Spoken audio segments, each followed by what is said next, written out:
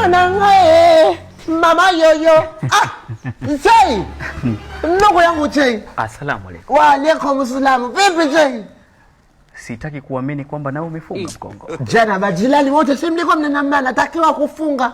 Nimefunga leo. Mashaallah. Nimefunga Chei. Mkongo. Kufunga ni dawa. Kweli. Kufunga ni sunna.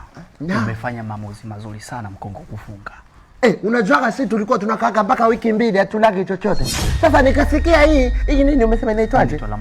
Ramadhani. Naanzaga eti tu asubuhi mpaka jioni. Nikasema hii nafunga. Haiwezi kukusumbua. Inshallah Allah kufanyie wepesi. Najibuja hapo. Alhamdulillah. Alhamdulillah. Inshallah. Amin. Chei. Mudada Chei. Chekuma umetuliaga kwa lumu tu ndani. Kongo.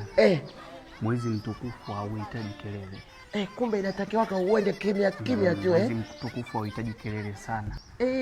Kweli sasa? Naam. Ulisema hapa inaitwaje? Ni Ramadhani. Ramadhani? Naam. Sasa ngapi? God have mercy upon us. Sasa unataka kutoka? Sasa hivi ni saa 7 Mkongo. 7. Kwa hii tunaenda nayo mpaka 12. Hii ndio kwanza sasa. Mpaka 12 jioni ndio watu mnaanza kula chochote kitu. Na hutaki kunywa hata maji? Hairuhusiwi Mkongo. Hairuhusiwi? Si wewe mzoefu umesema? Basi inshallah. Basi haya hiyo. Allah kufanyie wepesi Mkongo. Basi mimi niko kwa lumu tu natulia tu Hata mimi ndio kula mawaidha. Basi inshallah nakuja hapo sasa hivi. Haya. Chei. Bora nimekuona. Unaenda wapi? Naenda kukutana na mufti hapo mara moja. Ndio mnaenda na kula hiyo? Hapana, kula ni saa 12, hii ni saa 10 Mkongo. Saa 10 kwa mpaka 12. Mpaka 12 jioni. Ulisema hii inaitwaje? Ramadhani.